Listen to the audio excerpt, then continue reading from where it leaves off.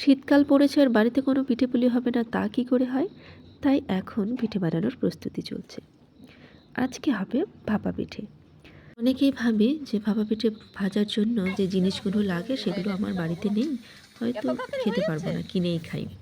কিন্তু এই যে এই ধরনের একটা চা ছাঁকনি আর শুধুমাত্র প্রেসার কুকার থাকলেই বাড়িতেই আমরা ভাপা পিঠে করে খেতে পারি।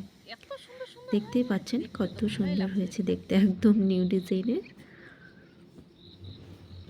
তাহলে রেসিপিটি বলে দিই। প্রথমেই চালের আটা নিতে হবে, নিয়ে আর সামান্য শুকনো একটু টুকরো লবণ করে নিয়ে নিতে চালের হবে। আটাটাকে মাখতে হবে। মেখে মুড়ি চালা চালনিতে চেলে নিতে হবে। আর চেলে নেওয়া অংশটা একদম ঝুরঝুরে হয়ে যাবে সুন্দর, তখন ভাপা পিঠেটা তৈরি করতে হবে। এই যে আমার মা বসে বসে ভাপা পিঠে ভাজছে আর আমরা গরম গরম খাবো। প্রথমে চা ছাঁকনিতে সেই চেলে নেওয়া অংশ আটাগুলো সেগুলো দিয়ে দেবো অর্ধেকটা। তারপরে নারকেলগুলো সুন্দর করে গুছিয়ে সাজিয়ে দেব।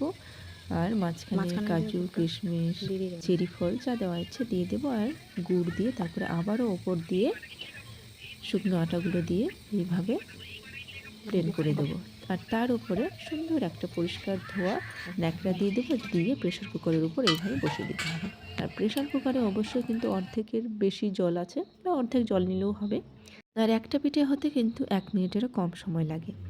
আর আমার এই সহজ পদ্ধতিতে পিঠে তৈরির নিয়ম যদি আপনাদের ভালো লাগে তাহলে অবশ্যই কমেন্টে জানাবেন, আর অবশ্যই বাড়িতে একদিন বানিয়ে খাবেন।